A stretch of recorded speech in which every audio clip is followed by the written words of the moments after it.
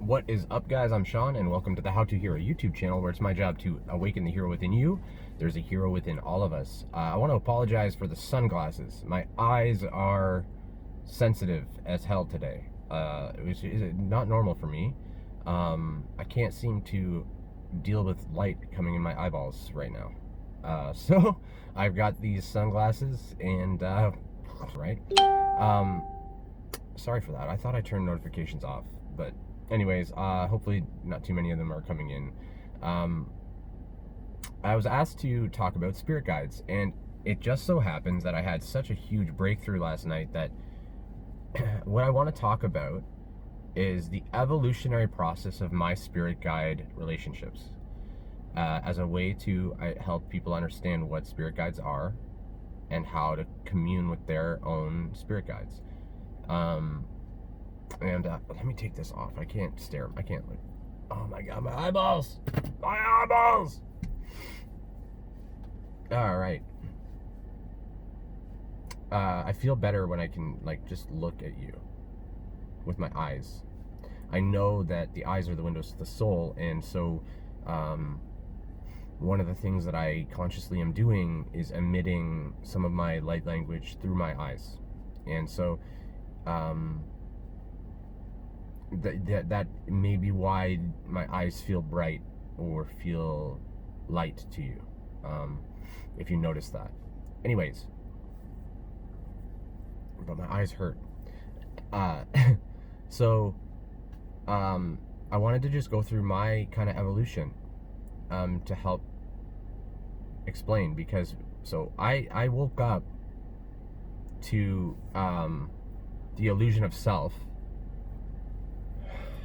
I want to say like 2011 or 12 or something, that I started to understand that we're not just our bodies, and there's more to the consciousness that I don't understand yet, and I woke up a bit to that. At that point, I wouldn't call it a spiritual awakening yet. It was more like a precursor to the rest of the spiritual awakening. And then I sat with that for a few years, and then I had an awakening in October 2019. That's when I woke up to divinity. And I was like, oh my God. Hello. Right? And that's when I started to even hear about spirit guides and started to understand what that was. And then I was like, well, where are mine? And I had to kind of seek them. And I think what happens, this is my personal experience, is we cut ourselves off from them. They're always there trying to help us and give us messaging, and we cut ourselves off from them almost purposefully, or maybe without meaning to, or just misunderstanding, I guess, the what's happening, right? And so what we do is we push away these feelings of connection with our spirit guides, and they just love us. They don't judge us. They don't feel used. They don't feel like we're not listening. It's like the way that it was described to me by one of my guides. This guide doesn't name themselves. I'm not sure where they hail from or anything like that, but they're very wise. They don't seem to have the same gender energies that I'm used to seeing in other entities, like the divine feminine, divine masculine. They don't. So I'm not sure if they're like an extra dimensional of some kind, and they're newer to my experience. But what they kind of told me is that the spirit guides, they switch out depending on where you're at with your evolutionary journey. They switch out and in, and switch new ones and get old ones, and it all adjusts moment to moment. Even it all depends on the shifts you're making in yourself and what guides will best facilitate your growth. Because you have to remember, the guides are working to polarize their souls as well, and they're doing it from an energetic plane of light. So it's in their interest to be in alignment with what you're doing. Which means if you have a guide that, let's say you are starting to play guitar and you really like it and you are loving it and whatever, you may have a spirit guide come in that was a musician and will help push some intuition and knowing about how to navigate doing what you're doing. For example, I haven't had anything like that specifically with music, even though I love music. But that's the type of thing that might happen.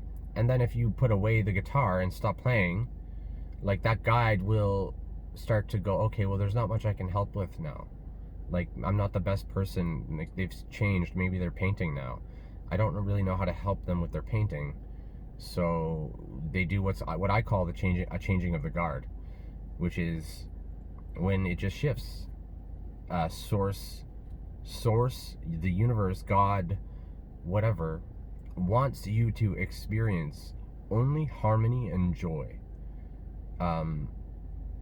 through full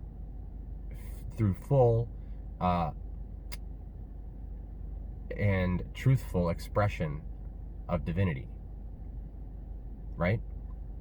And if we know this is true, so let's just pretend that we know I'm right and that's true. Our spirit guides are there to try to help make sure that the path that we're always on and is always lit for us, we walk this path of light through ascension and soul evolution. We just walk it constantly. But what happens is, due to our own misperceptions and limiting beliefs and things like that, we blind ourselves to the light that we're walking on, or within the path of light. And the guides are there to try and remind you of your divinity and remind you of that type of thing, to keep you aligned or to push you into a lesson that you need based on the soul contracts and things that you've signed up for in this incarnation, that you planned out with when you were looking at the natal chart of the vessel you were considering occupying. And that's what they mean by, we planned this. So I planned all this stuff that's happening to me. And there's a lot of stuff happening to me. I'm not going to go into detail. If you know me well, you know most of it. If you know me somewhat, then you've just kind of seen me ranting a bit here and there, probably. I'm also very public on Facebook. I use Facebook as like a dump for my consciousness. And I use it as a way to just help people see that it's okay to speak your truth, even if it's a little embarrassing. And also, one of the ways I keep my own power is when I'm told by people not to speak my truth, I speak it a little louder. And I do that very, it's almost mean of me. It's what I've learned is that it's actually a little bit, I was trying to be compassionate and loving, but actually what I'm doing is not being compassionate when I do that. So I might be pumping the brakes on that a little bit. But anyways, so when I first started trying to work with my spirit guides, I was just concerned at first with speaking with my higher self. And after some meditation and trying and intention and stuff, I met my higher self, and it showed to me as like a female deer at a pond. And it spoke to me, they spoke to me telepathically.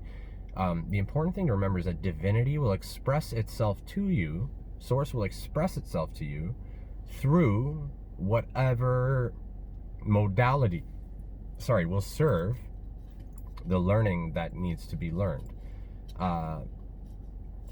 And that's why they may show as an animal first, or they may show as light or an orb or something that's very innocent at first, before you start to see their actual true form, which is a lot weirder. I would describe my higher self, like the actual way they look, as some sort of light jellyfish octopus thing. there's tendrils of just light, so many that I can't count them, of all the different vessels that that higher self is managing. We share higher selves with other incarnations, and there's 3 layers to the perception of all the consciousness. The first layer is the self, the avatar, the vessel, right? The physicality. That's one component to reality. The second component to reality is there's a few different words for it. The soul. It can also be called the monad, or the eternal mind, or different things like that. The soul is a little distorted from some of the Abrahamic and different religions, distorted what soul means, and so that word is kind of icky for me. But there's not a lot of good words for what it is, and you can think of this as the higher self. That is the being that manages you, more or less. And that would be the monad, the mind, the eternal mind. So the vessel can die and disintegrate, but the eternal mind is there, and you will continue to work with that mind when this vessel is gone. The third is there's a bunch of different terms for it, but I would call it the collective mind, the collective oneness of all humanity, and not just humanity, but actually the oneness of all things.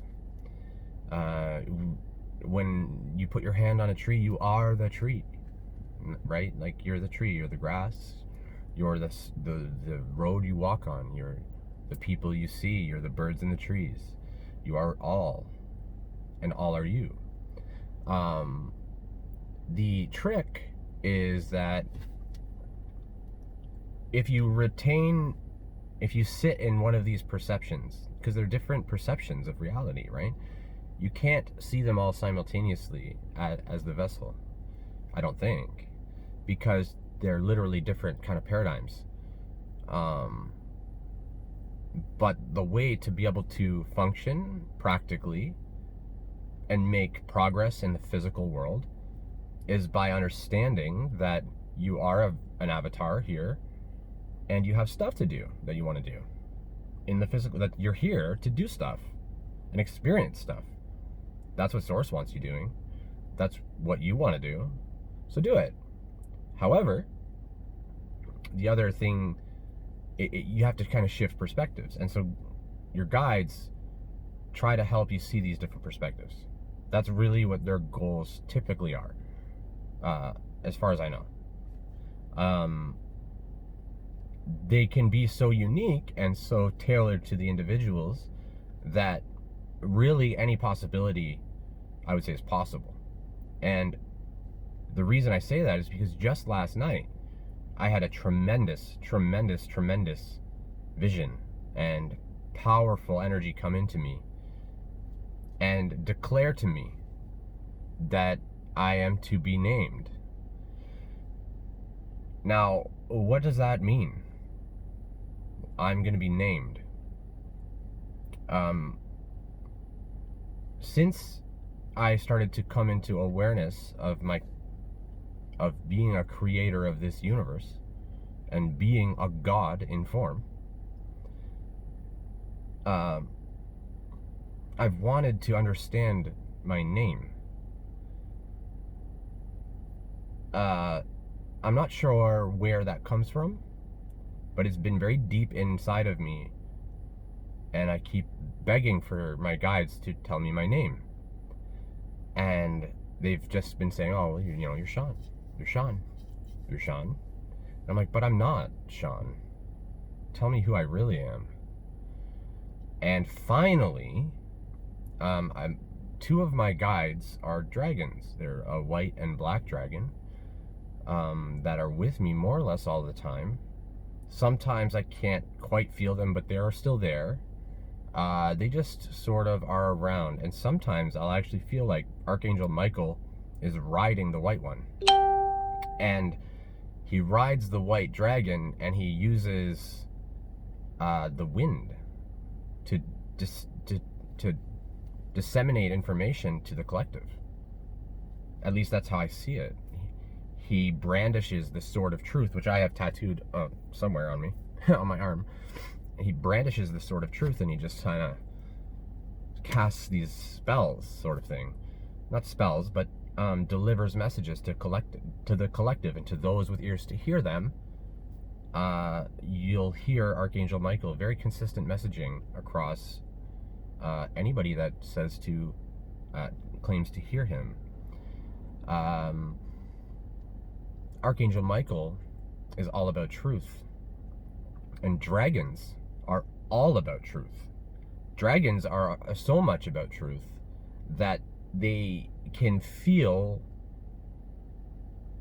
almost rude sometimes. Like, they don't sit with any bullshit. They don't let you bullshit yourself. They won't let you bullshit them. And so, in order to build a bond with dragons, dragon energy, which this took me some time to invite them in, and then to establish camaraderie, and then to establish trust 2 ways, and then to show that I'm committed to truth. Now I've been told that I am the son of dragons, and I'm to be named. And that's, like, maybe I'm just insane.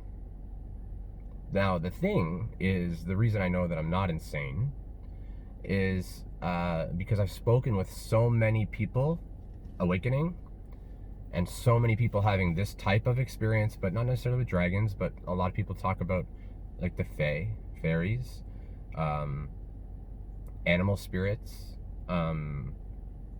passed down loved ones that are with them, guiding them. Some people have old cardinals or priests, or they have some people actually have Yeshua or a Jesus Christ type guide, and I believe that is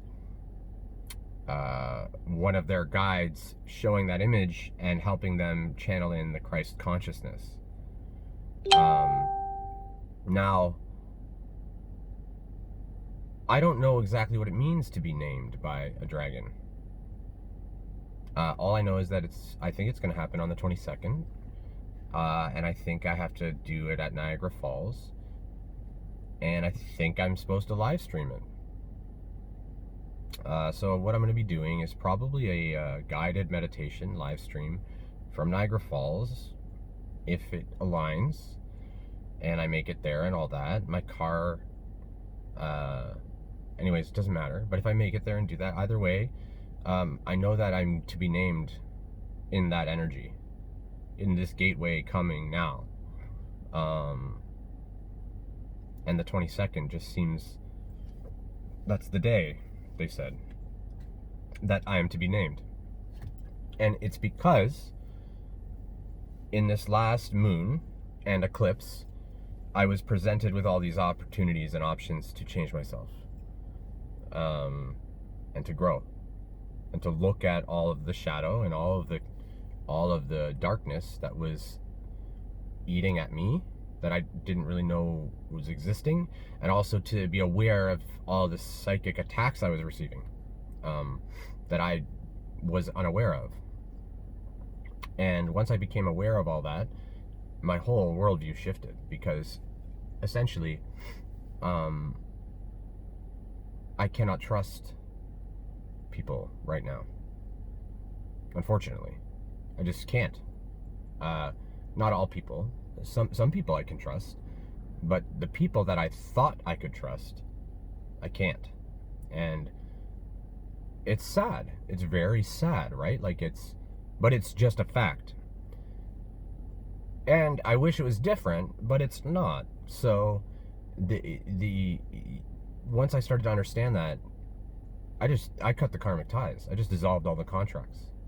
And in 5D at least. I don't know how to do it in 3D necessarily, but in 5D, it's literally just setting that intention, thinking through what the karmic relationships are, thinking through the lessons you've experienced with them, and deciding you're done with them.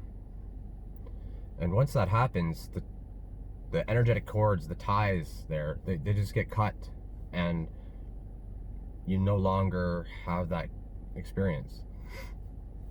And so guides are literally just different energies that have different origins that display themselves to you in whatever way divinity makes sense to you. And that's why some people will have tons of alien guides, right? Like they'll have like Arcturian, Andromedan, and they'll just deal with like plenty of just alien energies. And I speak with some alien energies as well.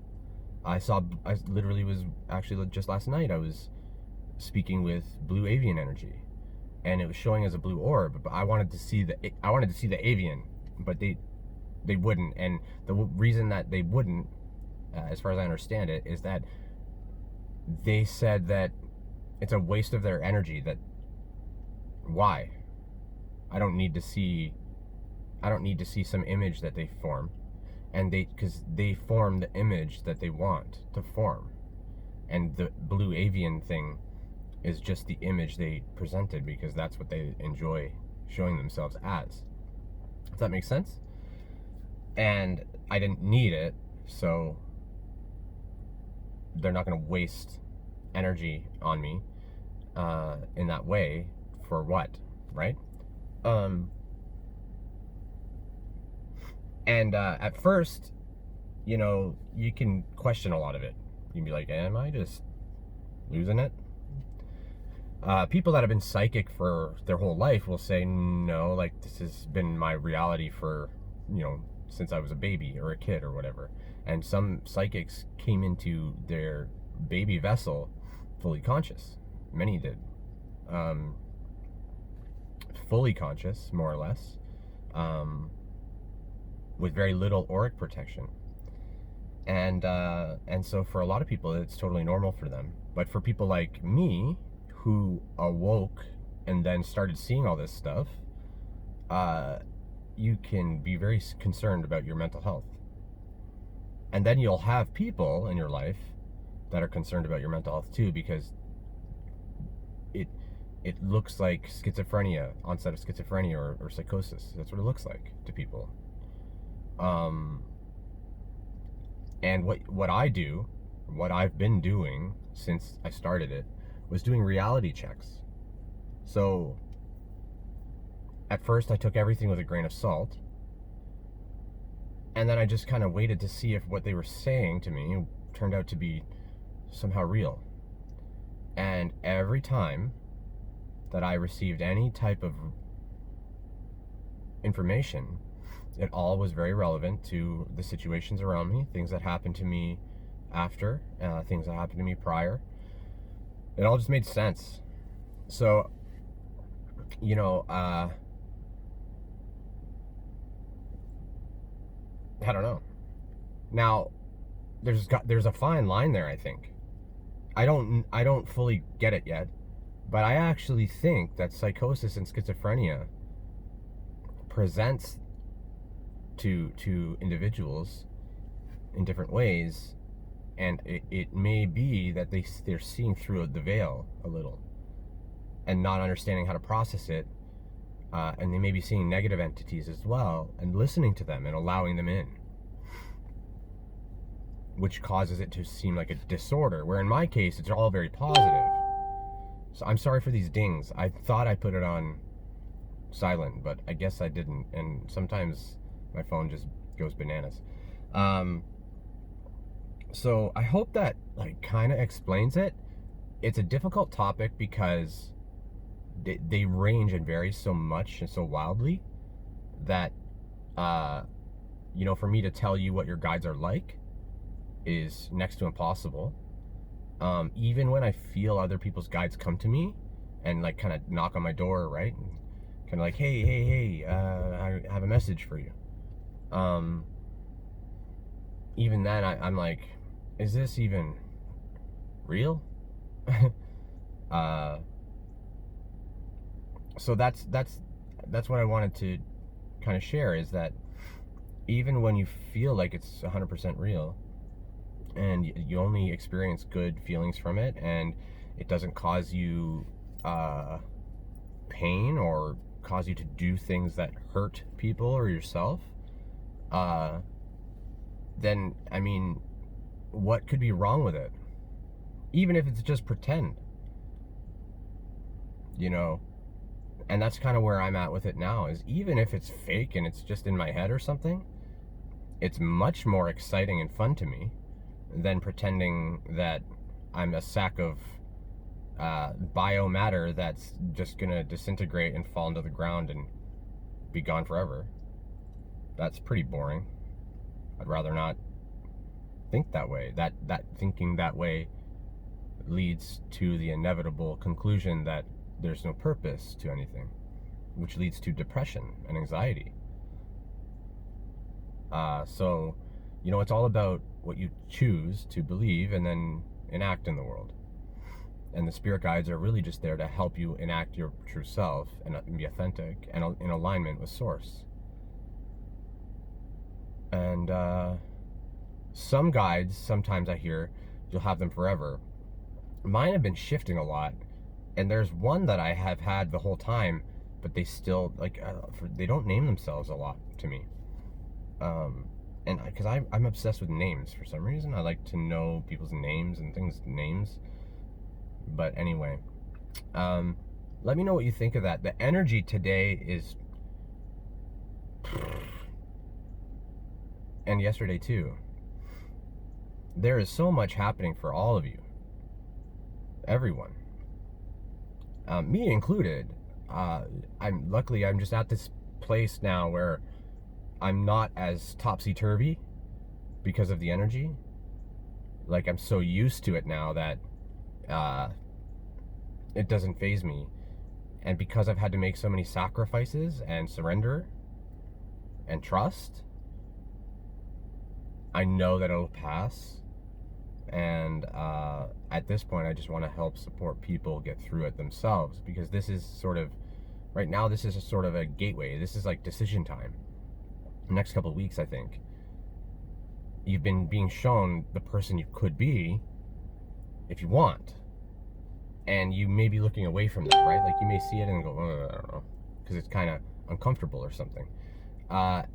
And that's normal. It's just an option for you to embody that person and be that person. And what Spirit's telling me is that the collective is doing this. The collective is going through a dark night of the soul right now. Everyone, more or less. Unless you've already been through a bunch of them or know how to transmute and integrate quickly, the more you sit and wallow in your upsetness, like your discontent, the more you'll bring your vibration down, and the more discontent you welcome into your being.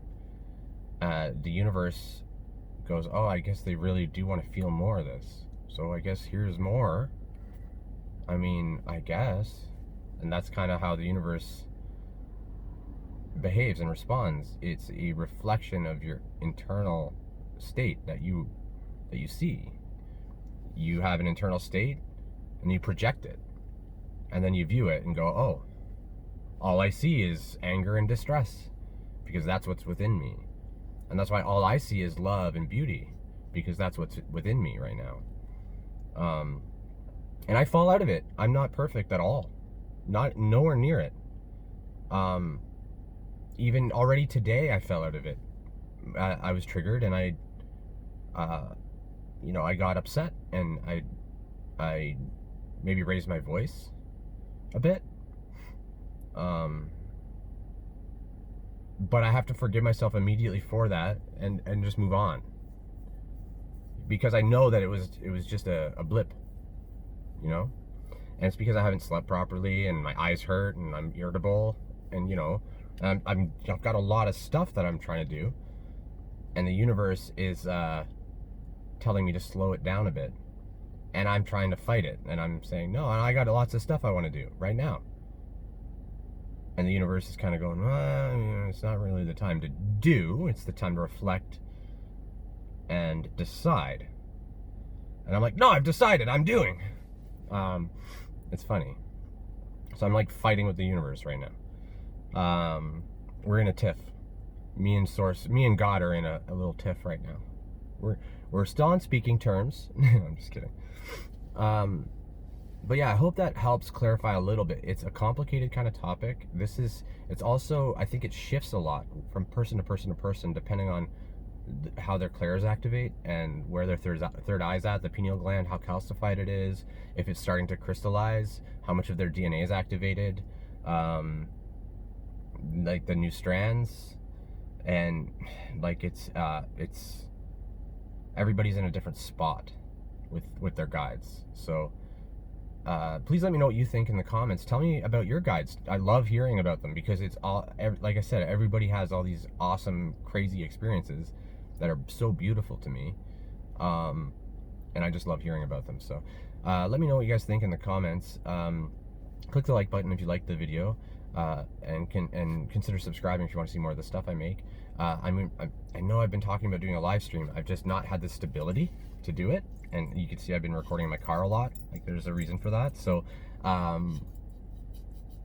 once I have a stable place to like set up and do it, it'll start.